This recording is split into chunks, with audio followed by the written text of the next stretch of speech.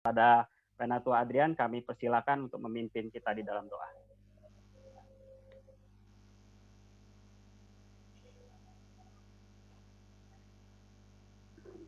Mari kita berdoa. Bapa dalam surga, terima kasih Tuhan, kami bersyukur kepadamu, oleh karena anugerah-Mu Kau boleh kumpulkan kami pada malam hari ini.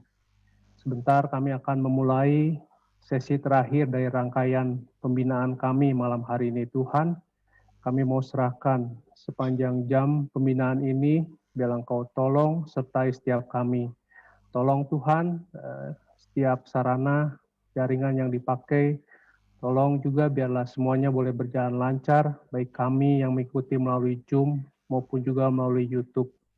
Kami berdoa juga untuk hamba-Mu, penginjil Calvin yang ada di Surabaya, biarlah Engkau pakai hamba-Mu Tuhan untuk terus membuka kebenaran firman Tuhan, dan kami boleh semakin mengenal, bertumbuh, dan kami tidak diombang-ambingkan oleh rupa-rupa pengajaran, tapi kami boleh mengerti, memahami kebenaran firman Tuhan secara bertanggung jawab.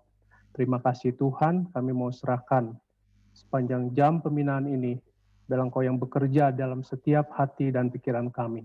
Di dalam nama Tuhan kami Yesus Kristus, kami bersyukur dan kami memohon. Amin. Amin. Ya, puji Tuhan, terima kasih kepada Penatua Adrian yang sudah memimpin kita di dalam doa pembukaan. Selanjutnya saya akan menyapa penginjil Calvin Ranata. Selamat malam, Pak. Ya, selamat malam semuanya juga. Selamat malam. Gimana, Pak? Ya, baik. Oke. Nah, kami berharap nanti penginjil Calvin sudah siap untuk berbagi berkat kepada kita, menyampaikan materi hari ini. Kami persilakan kepada penginjil Calvin untuk menyampaikan materi pembinaan hari ini. Tuhan Yesus memimpin. Persilakan, Pak.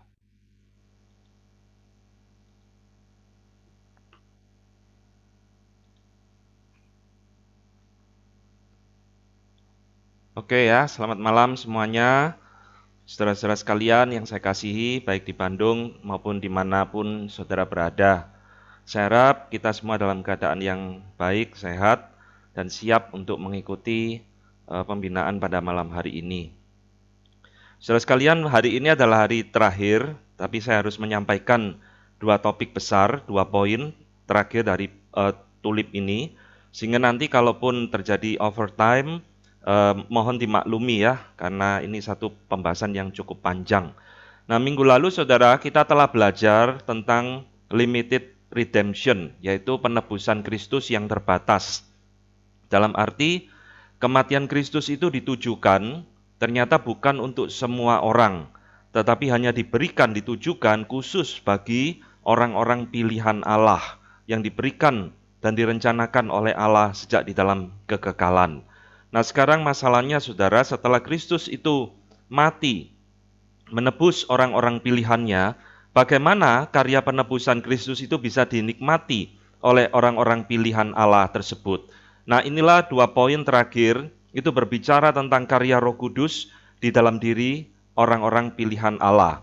Nah, di dalam poin keempat ini saudara, di dalam tulip ini berbicara tentang bagaimana Roh Kudus itu bekerja dengan kuasanya, sehingga apa yang Tuhan sudah rencanakan di dalam diri orang-orang pilihan itu pasti akan terjadi, tidak mungkin bisa gagal, dan tidak mungkin akan ditolak anugerah tersebut di dalam diri orang-orang pilihan Allah. Itulah sebabnya di dalam poin ini biasa kita kenal dengan sebutan irresistible grace, atau anugerah yang tidak bisa ditolak. Nah, saudara yang dikasih Tuhan, poin ini berbicara tentang bagaimana seseorang itu bisa dilahirkan kembali. Di dalam Canon of Dort dikatakan bahwa di sana ada kata regeneration, ya, ada kata regeneration yang dimunculkan di situ, yang Allah kerjakan di dalam diri orang-orang pilihannya. Nah, sekarang kita akan mencoba menggali beberapa hal penting dari poin ini. Yang pertama, saudara, bagaimana orang pilihan Allah itu bisa diselamatkan, bisa ditemukan satu persatu di dalam sejarah, di dalam waktu. Ketika kita berbicara tentang karya Roh Kudus di dalam diri orang berdosa, khususnya di dalam diri orang-orang pilihan Allah, maka yang pertama yang harus kita kenali adalah semua itu adalah karena Roh Kudus yang melahirbarukan orang berdosa. Saudara-saudara, apa artinya melahirbarukan? Istilah ini dikenal dengan satu nama regeneration atau kelahiran baru atau born again. Nah, ini adalah satu karya Roh Kudus yang dikerjakan di dalam diri orang berdosa, dalam arti itu menghidupkan rohani yang mati. Kita telah belajar di dalam pertemuan pertama, dampak dari dosa itu adalah menjadikan orang tersebut mati secara rohani. Jadi bagaimana orang yang mati rohani itu bisa berespon, bisa menanggapi akan anugerah Tuhan. Yang paling awal yang Roh Kudus kerjakan adalah menghidupkan akan kerohanian orang tersebut. Jadi saudara, orang percaya itu di dalam kacamata firman Tuhan memiliki dua kali kelahiran. Yang pertama kelahiran jasmani kita, yang kedua adalah kelahiran rohani kita. Nah, ini yang ditekankan di dalam Yohanes 3 ayat ketiga ya, misalnya. Ketika Tuhan Yesus bercakap-cakap dengan Nikodemus, yaitu sesungguhnya jika seorang tidak dilahirkan kembali, born again, ia tidak dapat melihat kerajaan Allah. Jadi saudara, kelahiran kembali ini adalah satu keharusan. Sekaligus kelahiran kembali ini adalah titik awal orang itu akan bertobat. Orang itu akan meresponi anugerah Tuhan.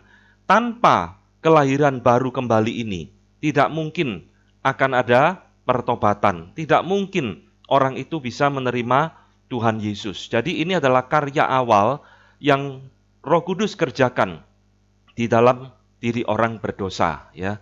Nah, di dalam Yeskiel 36 ayat 26 juga dikatakan, kamu akan kuberikan hati yang baru dan roh yang baru di dalam batinmu.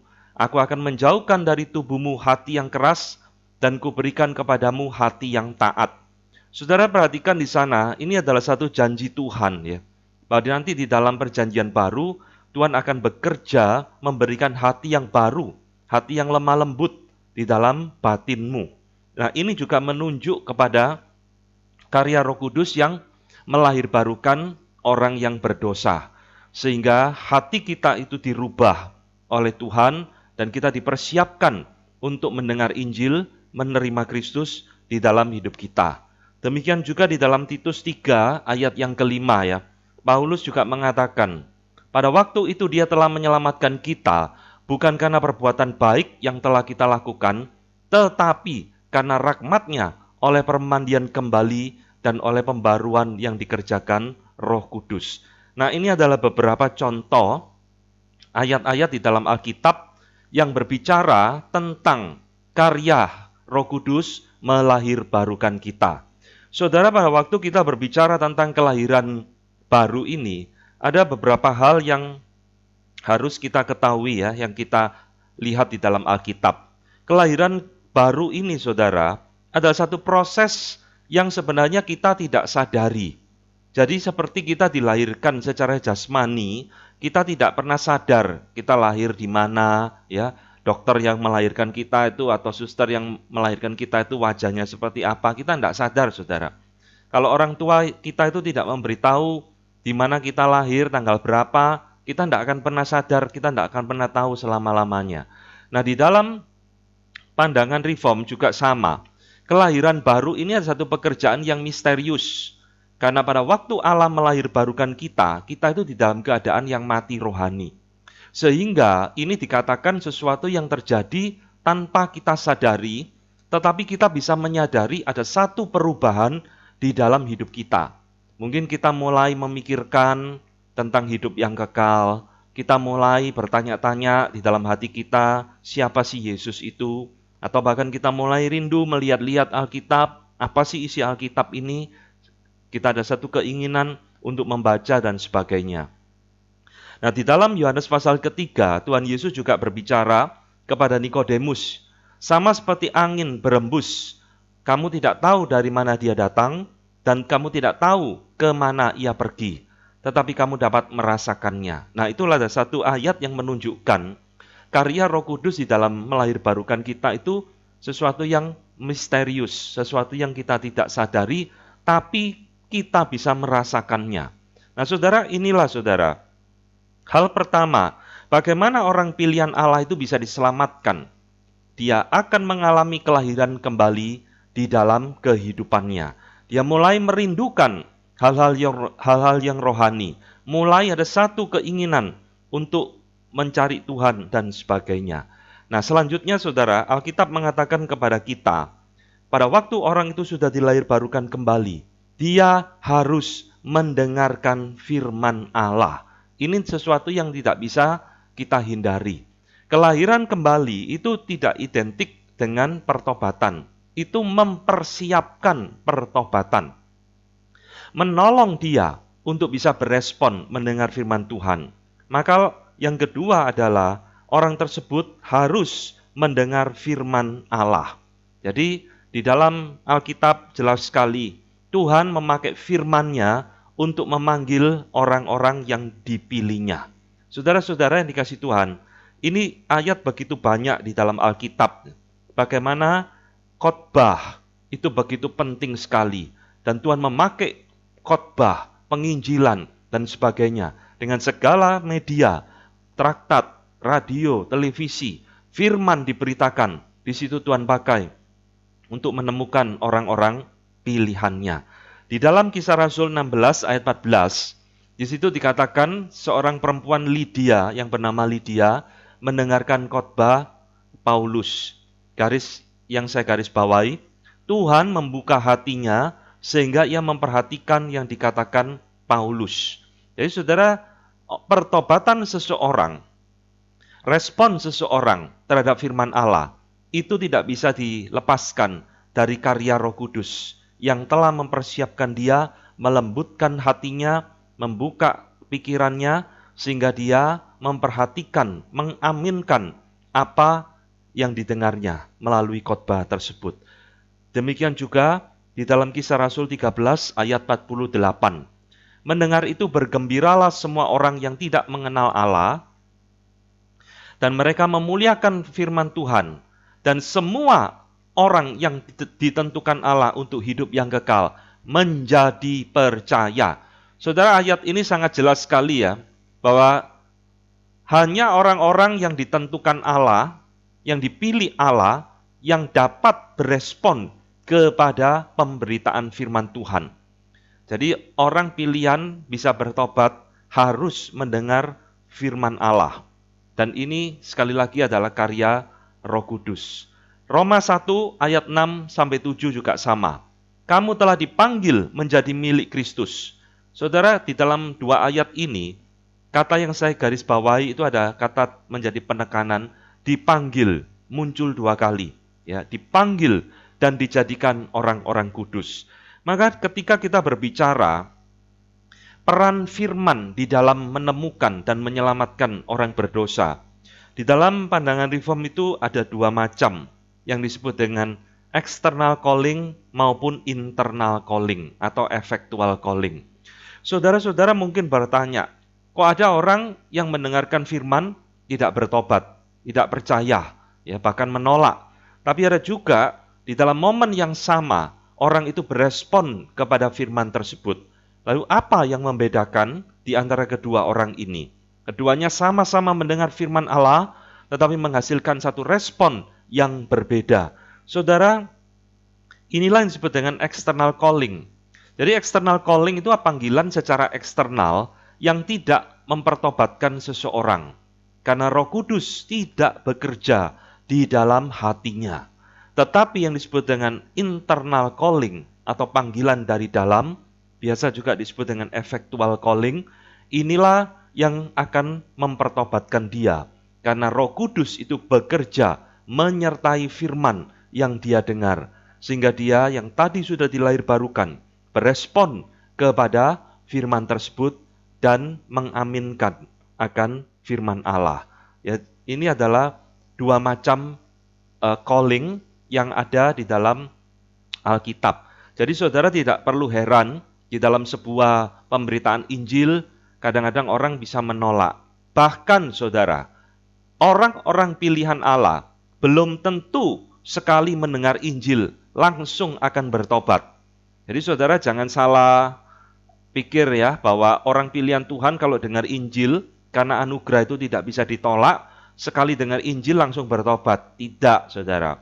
Mungkin belum waktunya Tuhan, dia bisa menolak. Tetapi kalau dia orang pilihan Allah, penginjilan kedua, penginjilan ketiga, ataupun sampai yang kesekian kali, waktunya Tuhan, caranya Tuhan, dia pasti akan bertobat. Jadi ini adalah peran firman di dalam menyelamatkan orang berdosa. Nah, seringkali menjadi pertanyaan bagi kita, apakah mungkin orang pilihan Allah bisa diselamatkan tanpa mendengarkan firman Tuhan? Saudara-saudara, banyak orang berpendapat, kan Tuhan tidak perlu dibatasi, Pak. Tuhan bisa pakai segala cara. Tuhan bisa pakai mimpi, penglihatan, dan sebagainya untuk mempertobatkan seseorang. Saudara, Paulus di dalam Roma mengatakan ya, iman itu timbul dari pendengaran akan firman Allah. Jadi faktor firman Allah ini faktor yang fundamental. Caranya itu terserah. Dia bisa dengar secara verbal melalui penginjilan, KKR. Dia bisa dengar lewat televisi. Dia bisa baca melalui traktat atau buku-buku rohani atau hal-hal yang lainnya. Tetapi firman Allah itu harus dia dengar, bahwa Yesus mati untuk dia, bangkit untuk dia, dan di dalam Kristus ada pengampunan dan hidup yang kekal. Dia harus mendengar berita inti daripada Injil tersebut.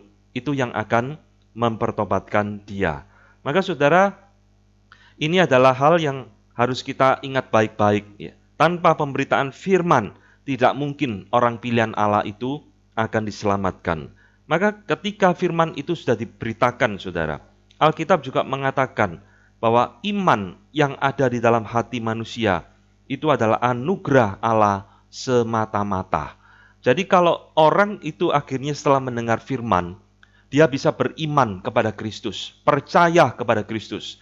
Iman itu pun di dalam Alkitab dengan jelas dikatakan, bukan hasil usahamu, tetapi itu pemberian Allah. Jadi orang yang bisa bertobat, saudara, itu pun adalah satu pemberian dari Allah. Iman itu ditanamkan, diberikan kepada orang-orang pilihannya.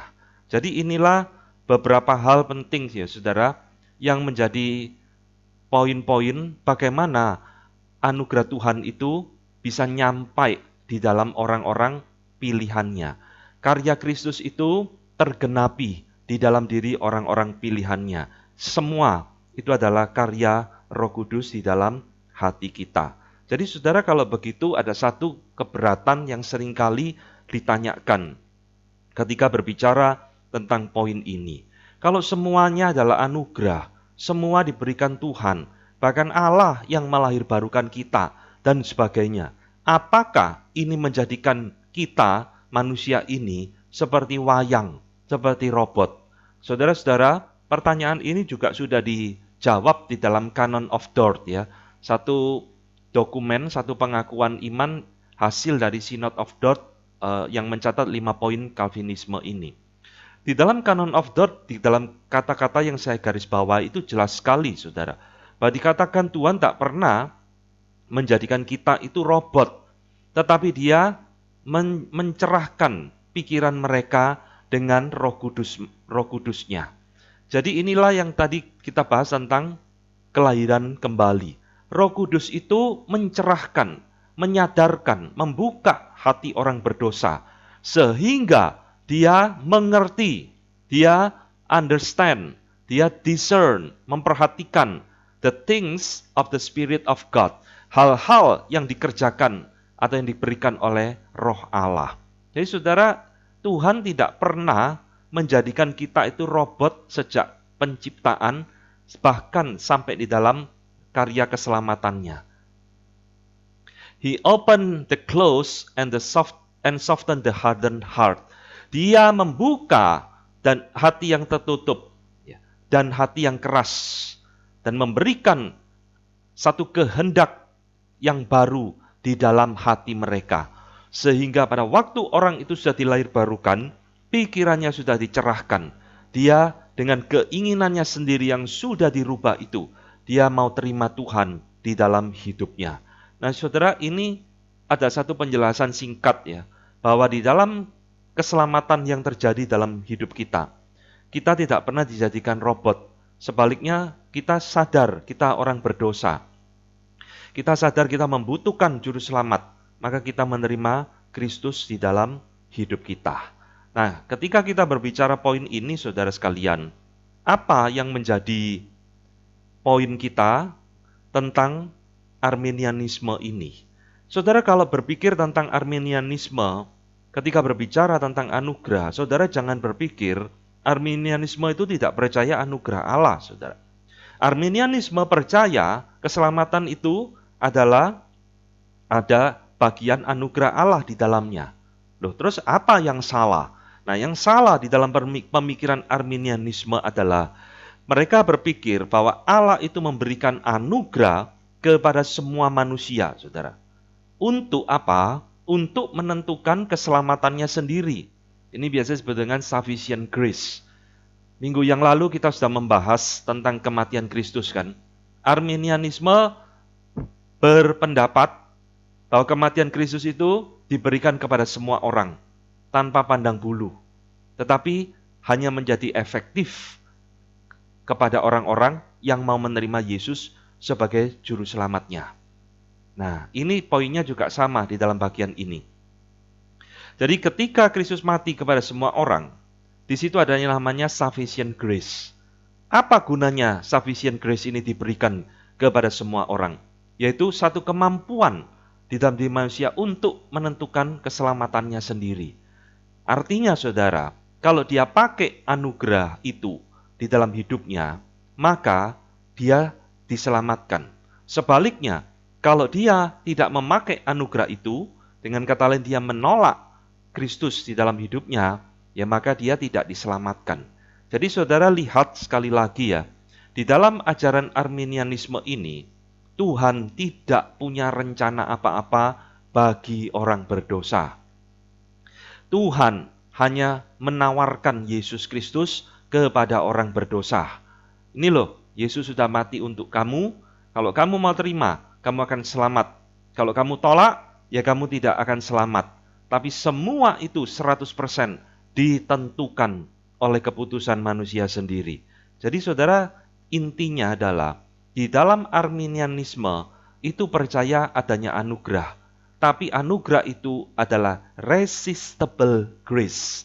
Anugerah yang bisa ditolak. Anugerah yang bisa dibuang oleh manusia. Nah, ini konsep keselamatan dari Arminianisme. Saudara-saudara, kalau kita berpikir tentang pemikiran Arminian seperti ini ya, bahwa anugerah Tuhan itu bisa ditolak, bisa dibuang oleh manusia. Jadi sebenarnya yang lebih berkuasa itu Allah atau manusia, saudara? Kalau Allah bekerja, Allah bisa ditolak, rencananya bisa digagalkan, berarti manusia itu sebenarnya lebih berkuasa dari Allah. Ini konsekuensi logis dari pemikiran Arminian. Maka kalau anugerah itu bisa ditolak, bagi saya itu sebenarnya bukan anugerah. Itu hanya tawaran saja. Kalau tawaran memang bisa ditolak. Tapi kalau Allah memberikan anugerah, siapa yang bisa menolak? Jadi saudara-saudara, ini ada satu kesalahan di dalam pemikiran Arminianisme, bahwa yang disebut anugerah di dalam pemikiran mereka, sebenarnya itu bukan anugerah, tetapi itu sekedar offering, tawaran yang bisa ditolak oleh manusia berdosa. Ya, ini adalah poin di mana kita belajar secara singkat tentang irresistible grace. Jadi anugerah Tuhan yang Tuhan sudah rencanakan untuk diberikan kepada orang-orang pilihannya pasti akan digenapi dan pasti akan terjadi di dalam diri orang pilihan Allah. Tidak ada satupun yang akan terlewatkan. Tidak ada satupun yang bisa menolak. Semua pasti akan digenapi di dalam waktunya Tuhan. Nah, maka pertanyaannya saudara, di dalam poin yang kelima ini, kita sekarang mencoba melihat, kalau orang itu sudah menerima anugerah Tuhan di dalam hidupnya dia, keselamatan itu sudah terjadi di dalam diri orang pilihan Allah, lalu apa yang menjadi status dari keselamatan orang tersebut? Nah, inilah perbedaan kelima di dalam pandangan Reform dan Arminian tentang jaminan keselamatan.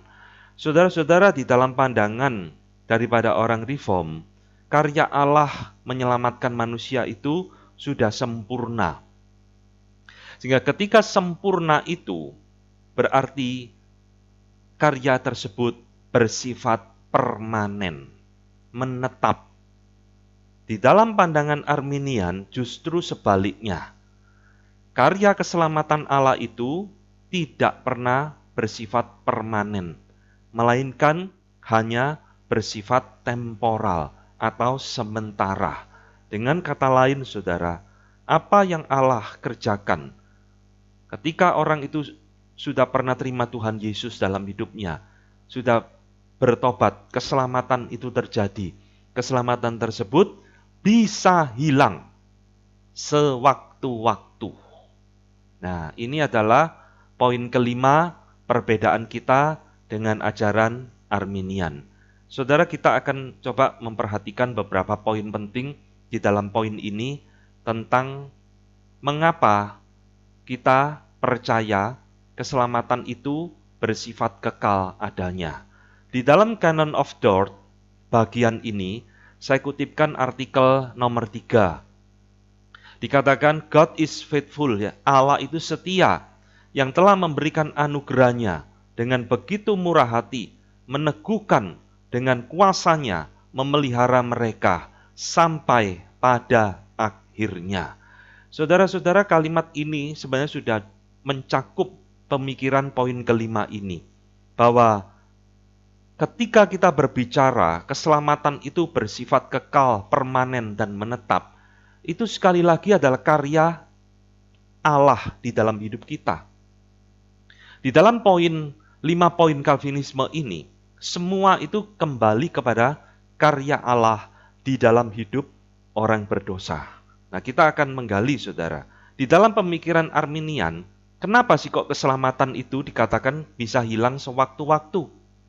Nah, salah satu hal yang mereka cetuskan adalah karena manusia seringkali tidak taat kepada Allah. Dengan kata lain, manusia seringkali memberontak dan berdosa kepada Tuhan.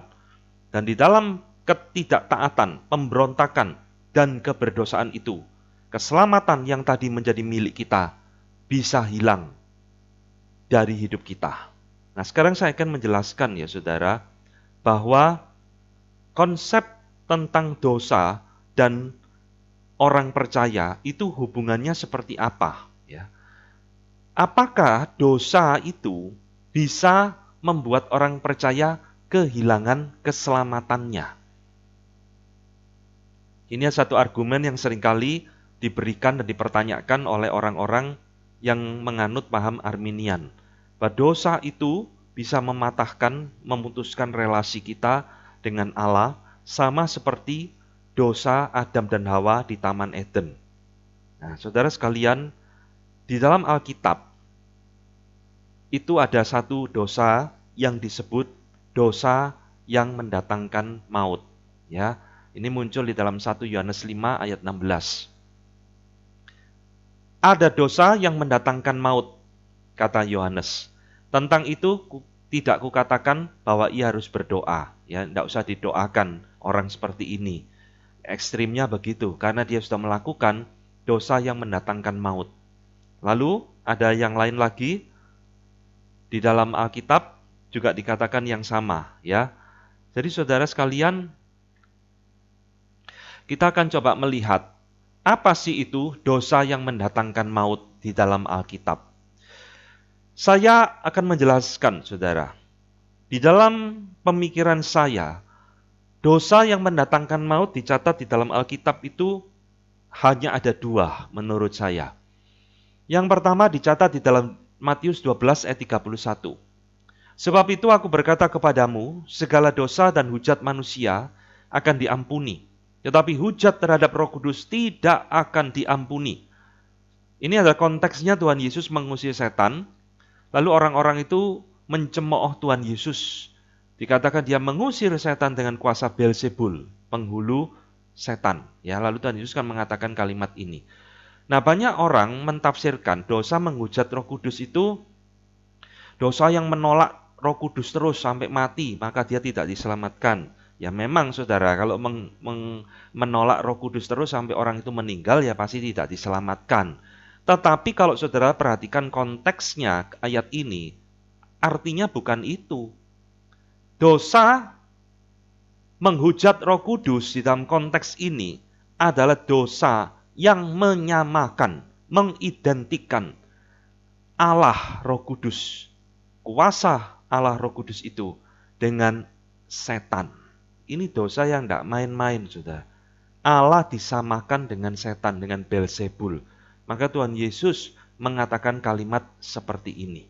Ini dosa yang sudah tidak mungkin diampuni lagi. Allah disamakan dengan iblis. Ya. Lalu yang kedua menurut saya, dosa yang tidak pernah diampuni muncul di dalam surat 1 Korintus 12 ayat ketiga. Ketika Paulus berkata, karena itu aku mau meyakinkan kamu bahwa tidak ada seorang pun yang berkata-kata oleh Roh Allah dapat berkata terkutuklah Yesus. Dan tidak ada seorang pun yang dapat mengaku Yesus adalah Tuhan selain oleh Roh Kudus. Di sini Paulus mengkontraskan dua macam manusia. Orang yang sudah dimateraikan oleh Roh Kudus, orang yang sudah born again, sungguh-sungguh di dalam Tuhan, tidak mungkin bisa mengutuki Tuhan Yesus. Sebaliknya, tidak ada orang yang bisa mengaku Yesus adalah Tuhan selain orang itu sudah juga dilahirbarukan oleh Roh Kudus. Jadi saudara, bagi saya ini adalah dosa yang mendatangkan maut. Kalau sampai orang-orang itu di dalam keberdosaan mereka mengutuki Tuhan Yesus di dalam hidup mereka. Selain ini, menurut saya, semua dosa ada pengampunan. Daud berzina, ada pertobatan, di sana ada pengampunan. Karena Daud saya yakin adalah orang pilihan Allah. Bahkan kalau saudara lihat, dosa yang tidak kalah mengerikan pernah dilakukan oleh Petrus, menyangkali Tuhan Yesus. Di situ pun tetap ada pengampunan. Luar biasa ya. Petrus melakukan dosa itu tidak main-main, saudara. Aku tidak mengenal dia. Gurunya sendiri disangkali bukan 1 kali, tapi 3 kali. Tapi di situ ada anugerah Tuhan bagi orang pilihan Allah. Selalu ada pengampunan dan pertobatan. Jadi saudara sekalian, kalau Arminian mengajarkan manusia ketika tidak taat berbuat dosa, lalu dosa itu menjadikan keselamatannya hilang. Saya kok yakin, saudara, tidak ada orang masuk surga, saudara. Karena asal orang berdosa keselamatannya hilang. Siapa orang yang bisa tidak berbuat dosa di dalam hidup ini? Orang bangun tidur aja langsung bisa berpikir kotor, berbuat dosa kok. Lalu begitu keselamatannya hilang, surga bisa kosong, tidak ada orang masuk ke sana. Jadi menurut saya, saudara yang kasih Tuhan, pemikiran bahwa setiap dosa, semua ketidaktaatan akan menghilangkan keselamatan dalam diri orang tersebut. Itu satu argumen yang menurut saya keliru. Nah, di dalam Alkitab, bagi orang-orang pilihan Allah, tidak mungkin akan melakukan dua dosa yang mendatangkan maut ini.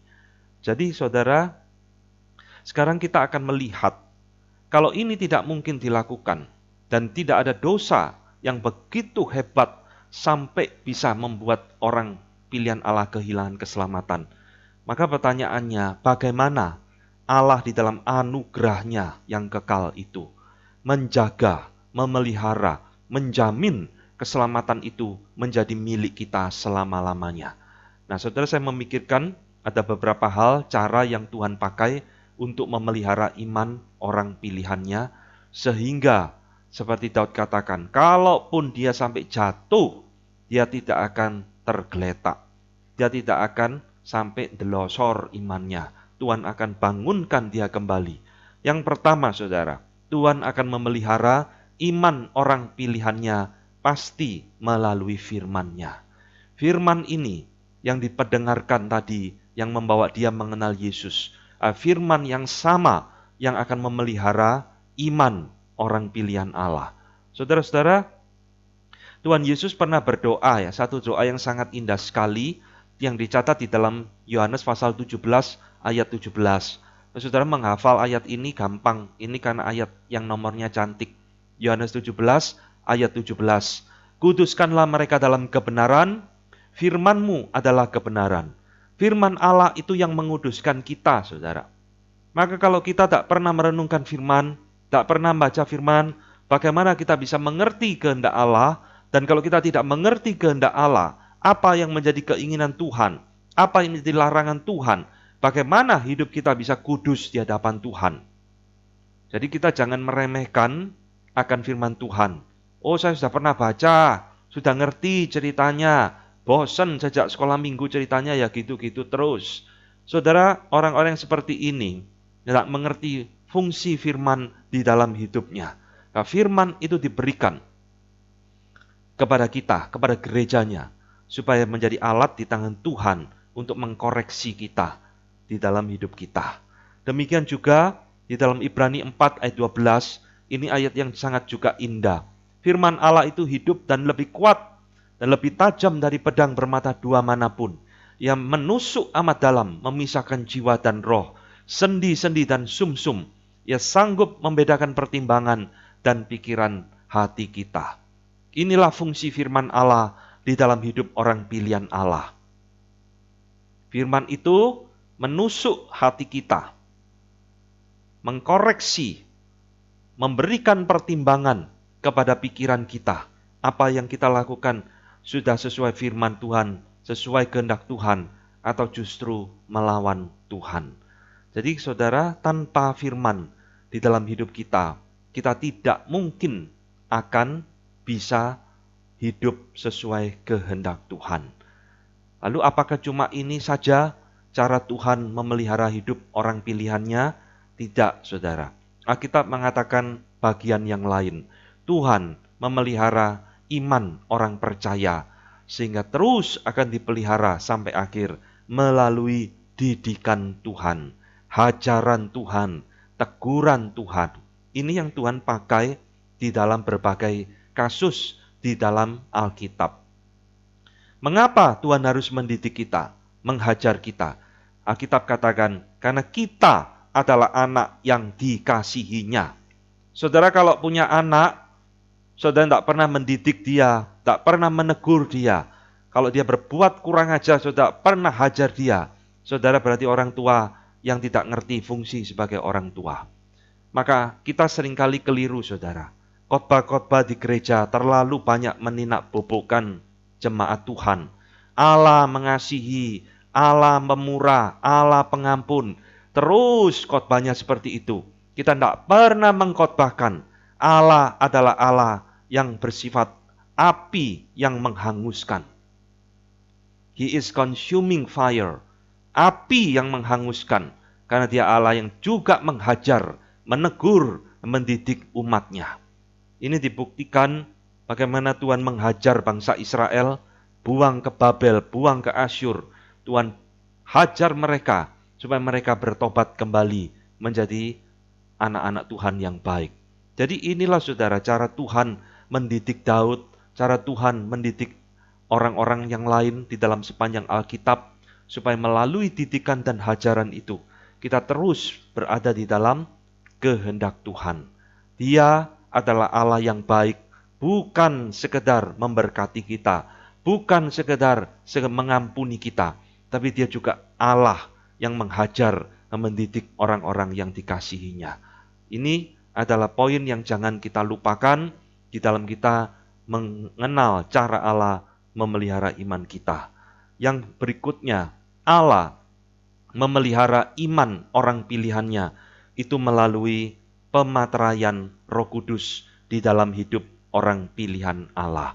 Saudara yang kasih Tuhan, setelah kita percaya kepada Kristus, Efesus 1 ayat 13 dikatakan, Roh Kudus itu dimateraikan di dalam dirimu sebagai tanda bahwa kamu adalah milik Tuhan.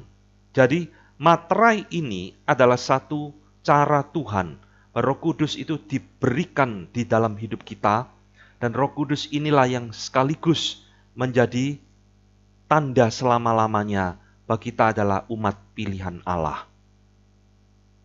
Kalau sudah pernah memperhatikan orang-orang yang masih hidup di dalam pinggiran di daerah, ya, di situ mereka berternak kuda, berternak sapi.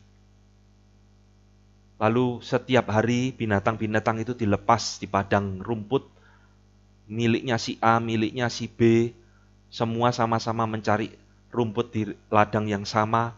Saudara mungkin heran bagaimana mereka bisa membedakan ini sapiku, ini sapimu. Tidak ada cara lain, saudara. Selain warna, mereka harus distempel dengan besi panas di bagian tubuhnya. Itu dimateraikan bahwa ini milikku, bukan milikmu. Ini sapiku, bukan sapimu. Nah, saudara, kira-kira itulah Roh Kudus dimateraikan di dalam hidup orang pilihan Tuhan. Materai itu bersifat menetap, tidak bisa dihapus, tidak bisa dihilangkan oleh apapun.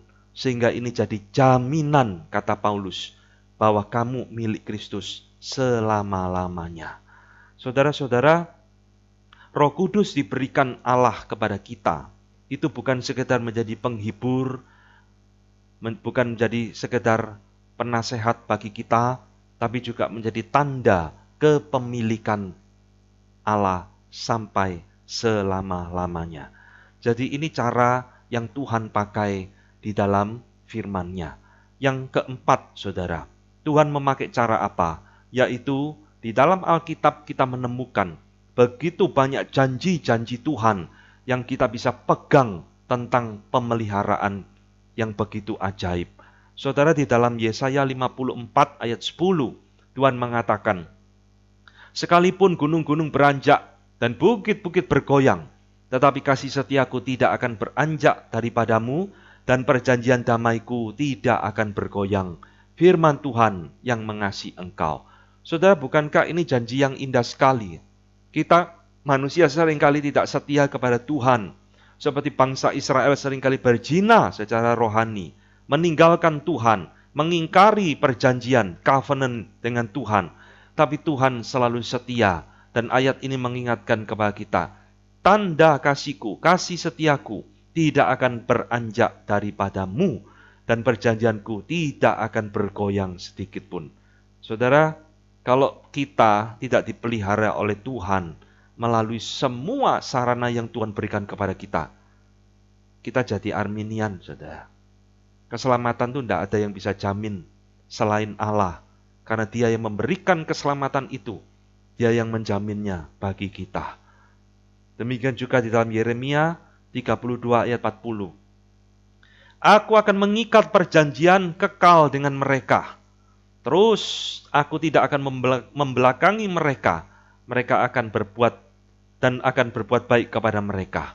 Aku akan menaruh takut kepadaku dalam hati mereka, supaya mereka jangan menjauh daripadaku. Bukankah ini satu janji yang indah? Perjanjian Tuhan, Tuhan ngomong perjanjian yang kekal, yang tidak bisa dibatalkan oleh siapapun, tidak bisa digagalkan oleh apapun, termasuk oleh dosa kita sendiri.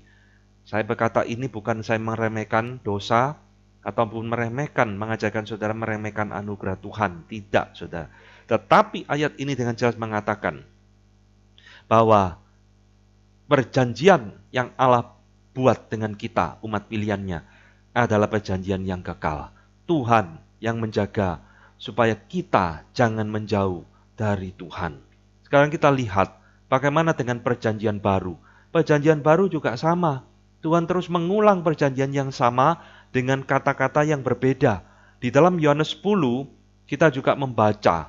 Ayat ini bukan hanya berbicara tentang predestinasi, tetapi ayat ini juga berbicara tentang pemeliharaan Allah bagi orang pilihan, bagi domba-dombanya.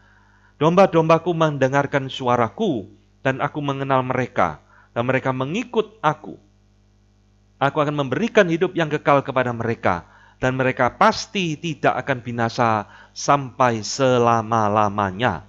Dan seorang pun tidak akan merebut mereka dari tanganku.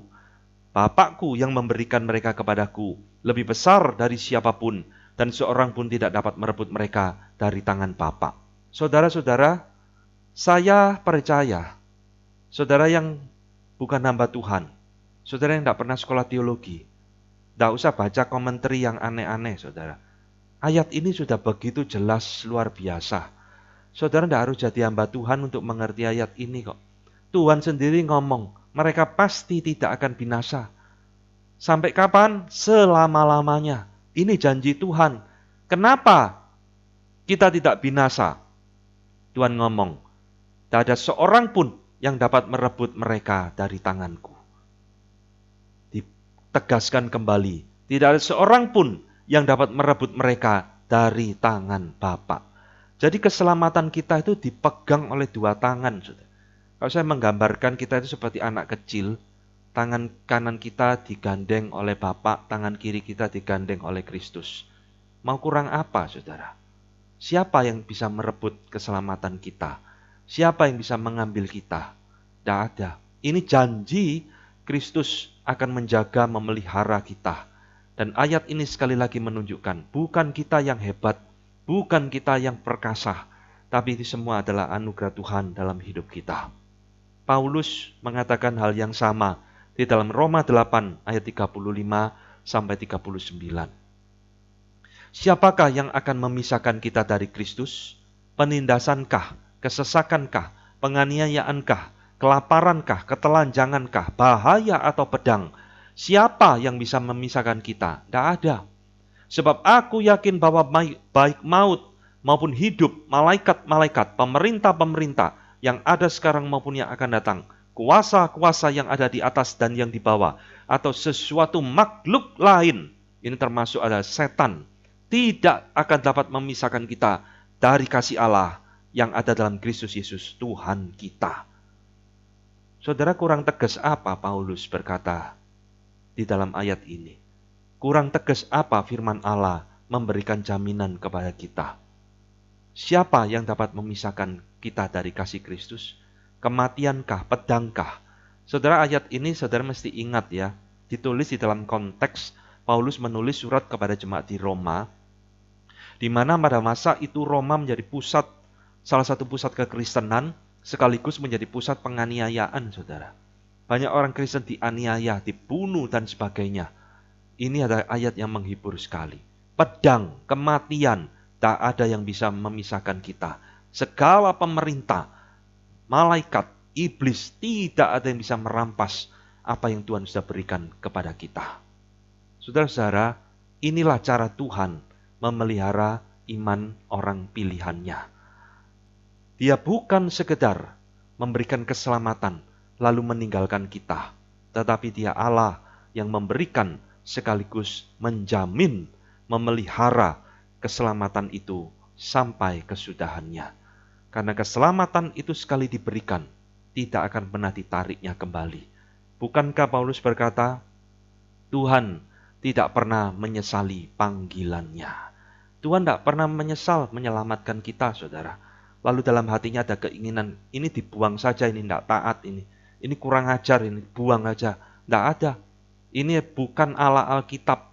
Allah Alkitab Allah asing setia dengan janjinya, setia dengan perjanjiannya. Nah, sekarang saya akan tunjukkan ayat-ayat atau pemikiran-pemikiran mengapa orang Arminian seringkali berpikir keselamatan itu bisa hilang. Saudara-saudara, di dalam Alkitab itu bukan ada keselamatan bisa hilang. Di dalam Alkitab yang ada justru saya sebut sebagai fenomena orang Kristen yang palsu. Dan di dalam ayat-ayat inilah orang Arminian itu salah mentafsirkan, menganggap orang yang sudah diselamatkan kehilangan keselamatannya. Ayat favorit mereka tentu saja Ibrani 6 ayat 4-6. Sebab mereka yang telah diterangi hatinya yang pernah mengecap karunia surgawi, dan yang pernah mendapat bagian dalam Roh Kudus, mengecap firman yang baik dari Allah, karunia-karunia dunia yang akan datang, namun murtad lagi, tidak mungkin diperbaharui sekali lagi sedemikian, sehingga mereka bertobat, sebab mereka menyalibkan lagi anak Allah bagi diri mereka, dan menghinanya di muka umum. Saudara, ayat ini seringkali ditafsirkan. Ini loh, ada ayat orang yang berkata bahwa ada orang-orang yang pernah diterangi hatinya, mengecap karunia surgawi, hal-hal yang indah, tetapi mereka dikatakan murtad dan tidak bisa diselamatkan kembali. Saudara-saudara, ayat ini tidak menunjukkan mereka adalah orang yang sudah born again. Tapi ayat ini adalah menunjukkan orang-orang yang hanya menerima anugerah umum Allah. Ini kalau kita baca, ada orang-orang yang menjadi bagian di dalam gereja Tuhan. Karena orang kalau tidak di gereja tidak mungkin mengalami ini semua. Tetapi saudara, pertanyaannya, apakah semua orang di dalam gereja adalah orang pilihan Tuhan? Nanti akan saya tunjukkan. Ternyata jawabannya tidak, saudara. Di dalam gereja banyak orang yang seperti Ibrani 6 ini, aktif pelayanan, rajin ke gereja, dan sebagainya, mendengar firman yang baik, dan lain-lain.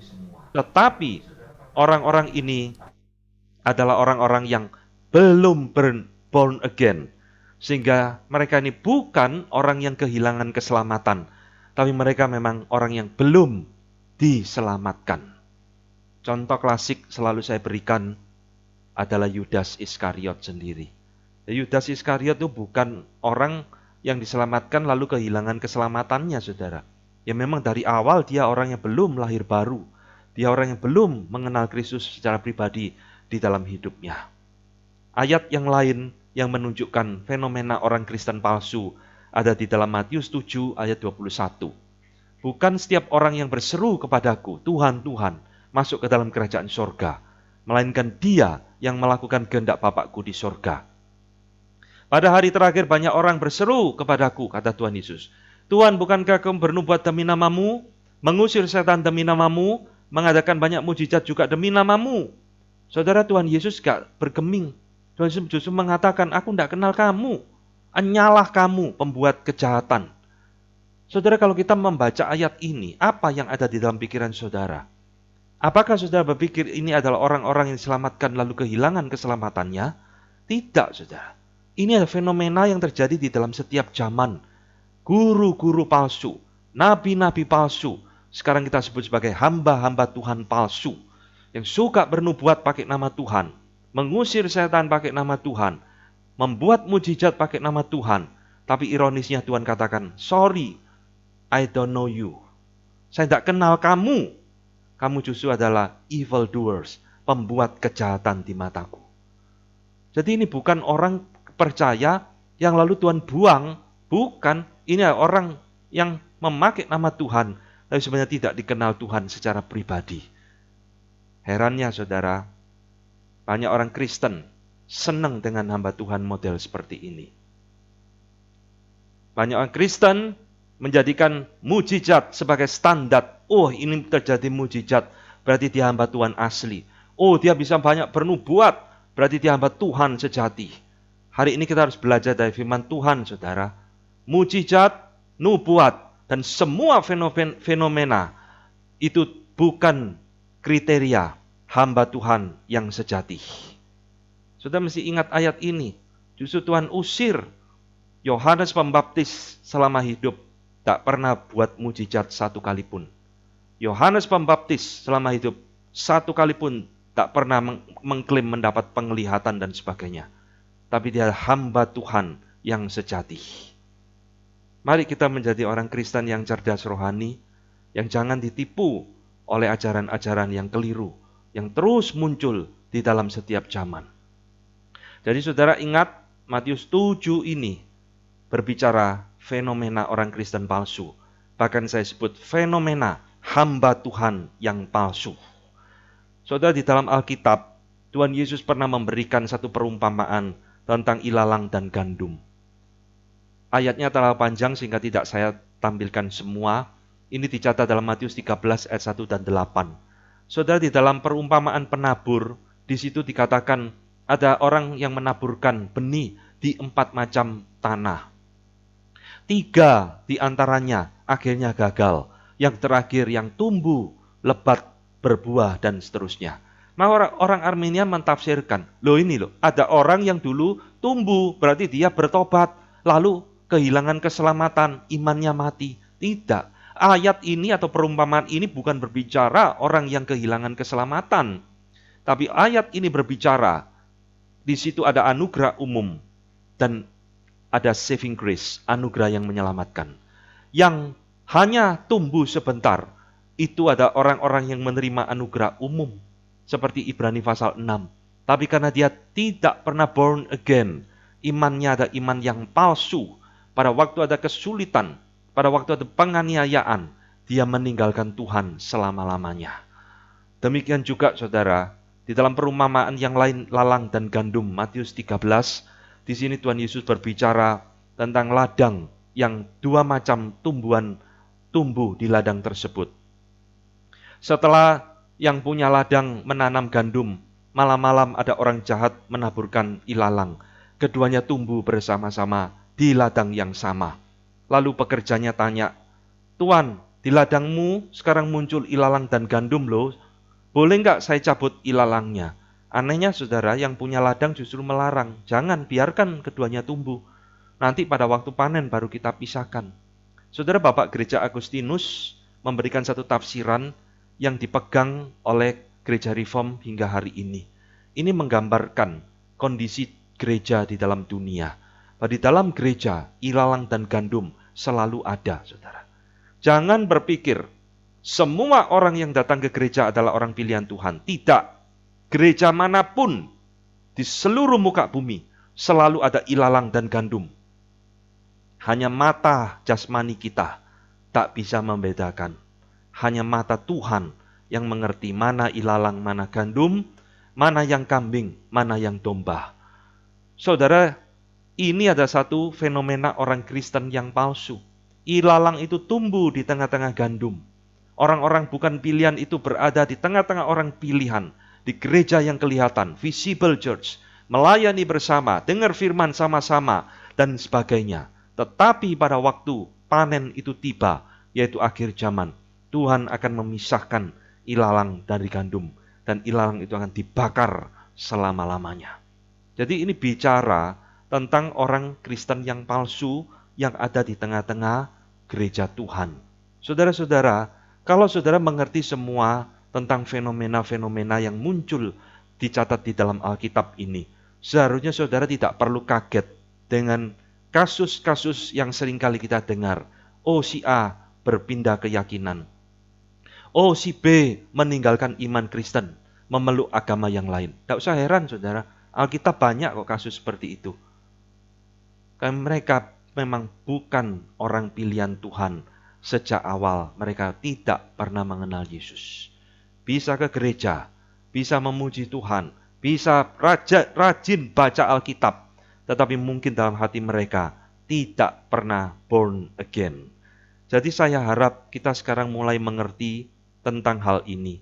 Ini satu kesalahan pemikiran dari orang Armenian yang mengajarkan bahwa keselamatan itu bisa hilang. Jadi saudara, apa yang menjadi kesalahan Armenian? Karena Armenian itu berpikir bahwa keselamatan itu bukan 100% anugerah Allah. Itu keputusan manusia di dalamnya. Maka ya otomatis keselamatan itu tidak ada jaminan di dalamnya. Karena semua itu bergantung kepada usaha manusia kok. Karena manusia yang memilih Allah, bukan Allah yang memilih manusia. Maka manusia dengan usahanya sendiri, dia yang akan mempertahankan keselamatan itu. Dan kalau manusia yang mempertahankan, siapa yang bisa menjamin? Maka saya katakan saudara, karena manusia yang menentukan nasibnya sendiri, maka Allah lepas tangan di dalam pandangan Arminian. Allah tidak bisa menjamin keselamatan tersebut. Ingat selalu yang saya ulang-ulang, di dalam konsep soteriologi Arminian, Allah tidak punya rencana menyelamatkan manusia. Keselamatan itu hanya ditawarkan kepada manusia. Selanjutnya, terserah kita mau terima atau tidak.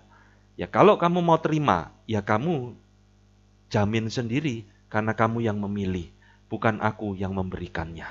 Kira-kira seperti itu. Saudara yang dikasihi Tuhan, saya hari ini telah menyelesaikan 5 poin Calvinisme. Sekarang saya akan mengajak saudara merenungkan aplikasi dan beberapa poin penting dari pemikiran kita. Mengapa kok kita belajar 5 poin Calvinisme ini? Sepanjang pertemuan kita 4 minggu ini, kita banyak mengkritisi ajaran Arminian. Sehingga banyak orang Arminian mungkin merasa sakit hati, tidak suka dengan apa yang kita kritis dari mereka. Dan ini membuat satu pertanyaan serius penting, saudara. Kenapa sih kok Arminian dikritik terus? Apakah Arminian itu ajaran yang sesat? Saya akan menjawab hari ini. Ini pertanyaan kalau tidak salah pernah ditanyakan di minggu pertama. Sekarang saya akan jawab. Saudara-saudara kalau berpikir Arminian itu sesat seperti Mormon, seperti saksi Yehova, dan lain-lain bidat-bidat di dalam kekristenan yang lain, saya jawab tidak, saudara. Tetapi, saudara, kesalahan Arminian, meskipun dia bukan ajaran sesat seperti saksi Yehova, Mormon, dan sebagainya, tetapi kesalahan Arminian ini, kesalahan yang tidak main-main. Kesalahan bukan kesalahan yang sepele. Sudah ketika kita membandingkan Reform dan Arminian, ini bukan seperti kita membandingkan, baptisan itu selam atau percik ya. Lebih dari itu, saudara.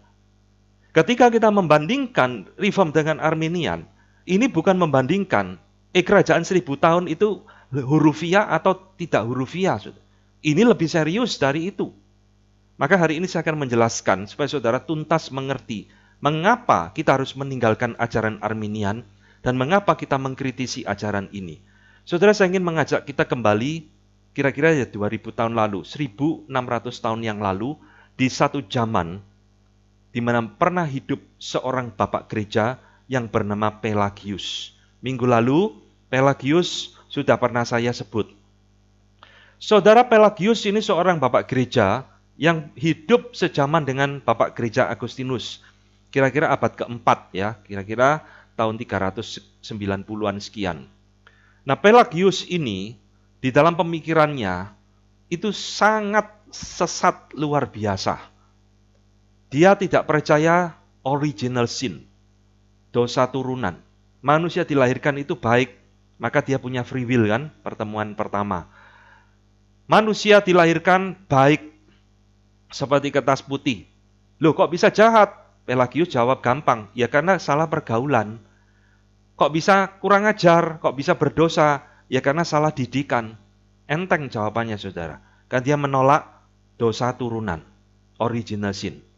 Dan di dalam pemikiran Pelagius mengatakan, karena manusia itu dilahirkan tidak berdosa, dia tidak total depravity, maka dia ketika mau diselamatkan, keselamatan itu adalah hasil usaha manusia 100%. Saudara, bagi saya Pelagius ini mirip ajaran agama tetangga yang tidak mengenal konsep grace. Tidak ada anugerah sama sekali. No grace 100%. Manusia tidak butuh anugerah Tuhan secuil pun. 1% pun, 0,1% pun manusia tidak butuh anugerah Allah. Maka Agustinus yang hidup sejaman dengan dia pernah tulis satu buku Against the Pelagians, melawan ajaran sesat Pelagius dan pengikut-pengikutnya. Karena Agustinus justru mengajarkan kebalikan dari Pelagius. Manusia membutuhkan anugerah Tuhan 100%. Saudara lihat ya, ini dua sistem pemikiran yang kontras. Agustinus mengatakan tanpa anugerah Tuhan, manusia akan binasa. Maka saudara, di mana Arminian muncul? Arminian adalah satu ajaran yang mencoba menggabungkan kedua pemikiran ini. Maka disebut dengan satu kelompok yang namanya semi-pelagian. Jadi semi-pelagian ini satu wadah yang isinya banyak ajaran, merupakan campuran dari Pelagius dan Agustinus. Salah satunya adalah Arminian. Maka disebut dengan semi atau sebagian atau separuh Pelagian. Jadi saudara-saudara, saudara harus mulai sense sekarang. Arminian ketika disebut dengan semi-Pelagian, dia berusaha menggabungkan dan mengajarkan. Janganlah Pelagius itu keterlaluan. Kalau ngomong manusia tidak butuh anugerah itu ya salah. Tapi satu pihak dia juga ngomong, Agustinus ini ya keterlaluan. Masa manusia diselamatkan karena anugerah 100%. Yuk kita cari titik tengahnya yuk.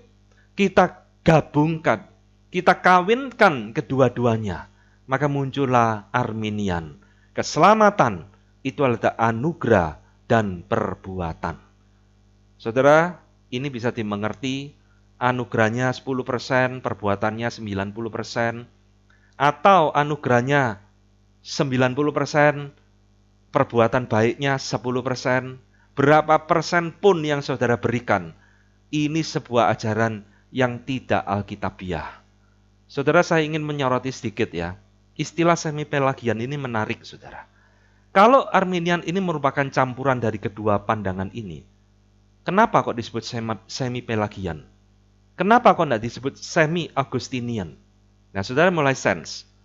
Kalau saya punya segelas susu yang kecampur racun, lebih mudah mana saya mengingatkan kepada saudara supaya saudara jangan minum susu tersebut? Saya mengatakan, jangan minum susu tersebut karena setengahnya susu. Atau saya ngomong, jangan minum susu tersebut karena setengahnya racun. Lebih jelas mana, saudara? Kalau saya ngomong, jangan minum karena itu setengahnya susu. Saudara akan tanya, loh setengahnya apa, Pak? Kopi, gula, atau apa? Saudara masih bertanya, karena saudara masih keingin ada minum. Tapi kalau saya sudah ngomong, jangan minum gelas itu, karena setengahnya racun. Apakah saudara masih mau tanya, setengahnya apa, Pak? Emang kalau setengahnya kopi, saudara masih mau minum? Ngerti maksud saya ya?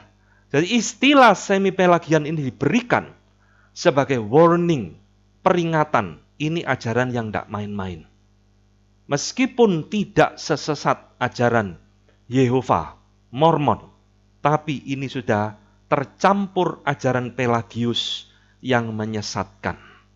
Saudara-saudara yang dikasihi Tuhan, saya ingin hari ini kita sungguh-sungguh mengerti apa yang kita bahas di dalam 4 kali pertemuan ini. Mengapa kita terus mengkritisi ajaran Arminian ini? Nah, di dalam ajaran Arminian itu sudah tercampur darah ajaran sesat Pelagius. Kalau saudara tidak mau makan atau minum racun, pasti. Tapi apakah saudara mau makan atau minuman yang tidak sehat di dalam hidupmu? Pasti juga tidak mau kan? Saudara mau makan makanan yang sehat kan? Saudara mau minum minuman yang menyehatkan kan? Demikian juga dengan kerohanian kita, saudara. Jadi jangan dipikir, oh ini bukan Yehova, oh ini bukan Mormon, tidak apa-apa. Tidak. Bagi saya ini serius. Kami bicara tentang satu doktrin yang begitu penting, keselamatan kita. Jadi saudara, bagi saya, Arminianisme satu ajaran menurut saya harus ditinggalkan, harus dibuang dari gereja. Kenapa? Karena ini menyimpang dari iman ortodoks.